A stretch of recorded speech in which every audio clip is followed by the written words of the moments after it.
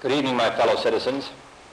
This afternoon, following a series of threats and defiant statements, the presence of Alabama National Guardsmen was required on the University of Alabama to carry out the final and unequivocal order of the United States District Court of the Northern District of Alabama.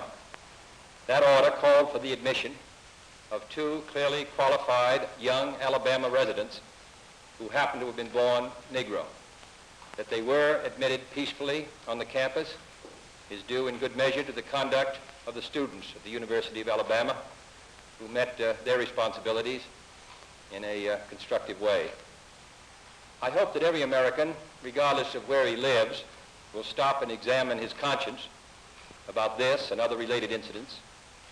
This nation was founded by men of many nations and backgrounds.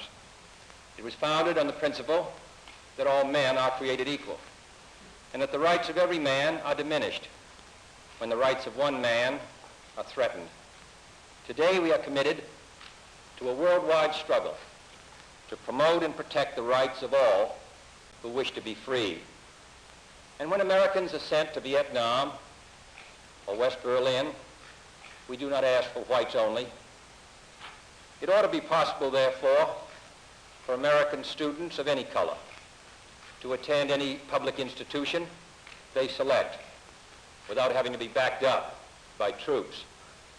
It ought to be possible for American consumers of any color to receive equal service in places of public accommodation, such as hotels and restaurants and theaters and retail stores, without being forced to resort to demonstrations in the street. And it ought to be possible for American citizens of any color to register and to vote in a free election without interference or fear of reprisal.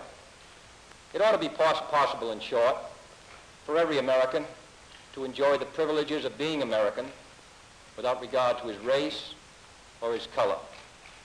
In short, every American ought to have the right to be treated as he would wish to be treated, as one would wish his children to be treated. But this is not the case. The Negro baby born in America today, regardless of the section of the state in which he is born, has about one-half as much chance of completing a high school as a white baby, born in the same place on the same day. One-third as much chance of completing college. One-third as much chance of becoming a professional man.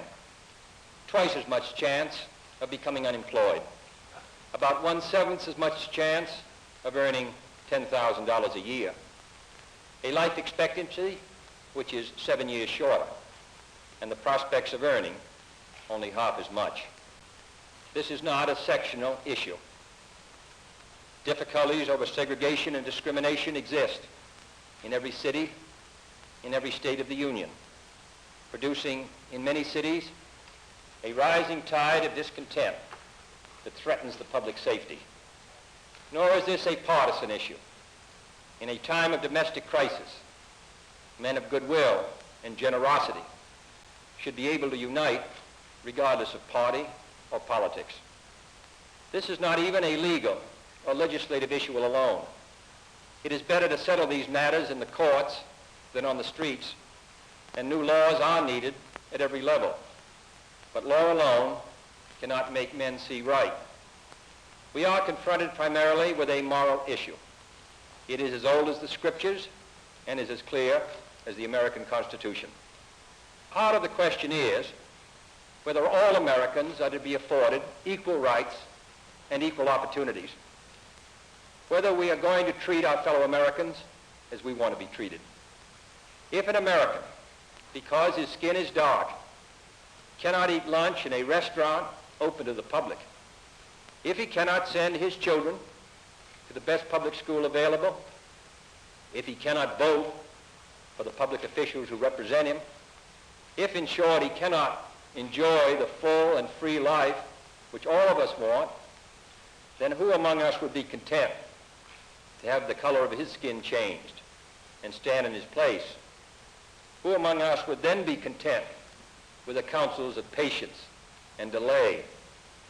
100 years of delay have passed since President Lincoln freed the slaves, yet their heirs, their grandsons, are not fully free.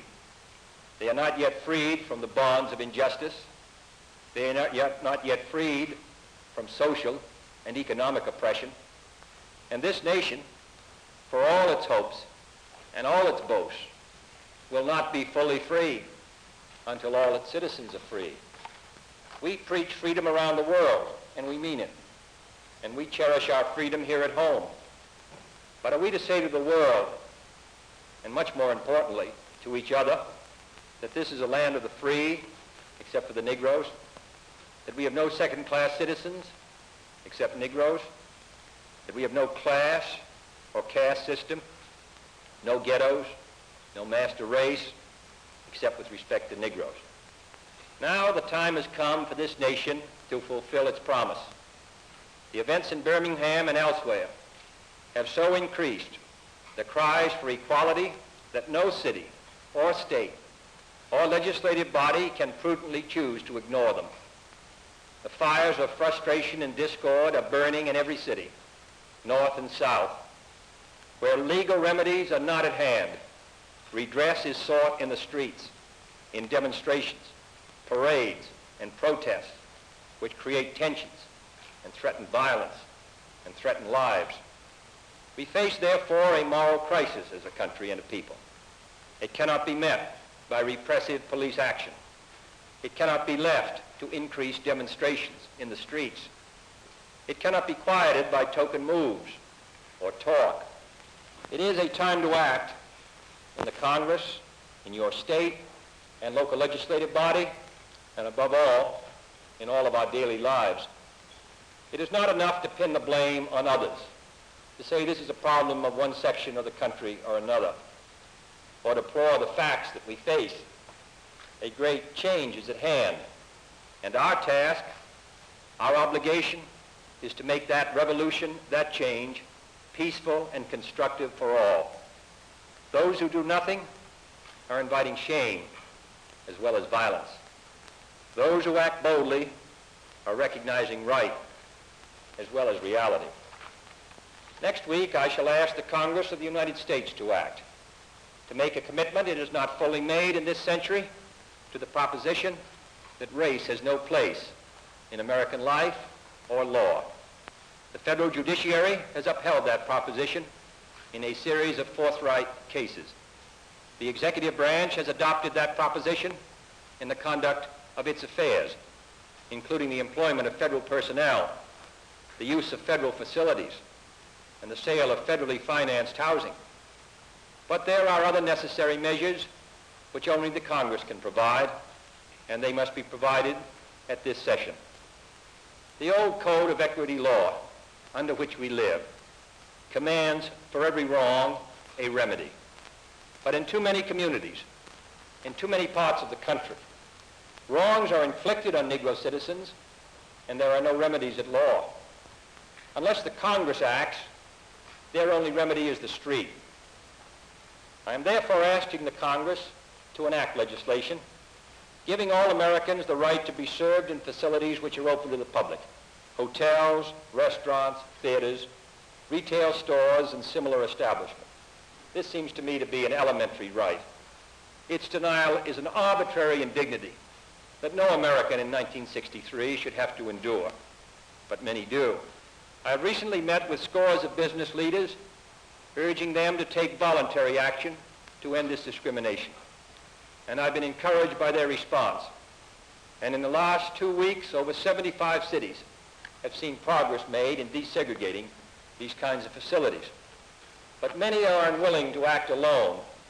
And for this reason, nationwide legislation is needed if we are to move this problem from the streets to the courts.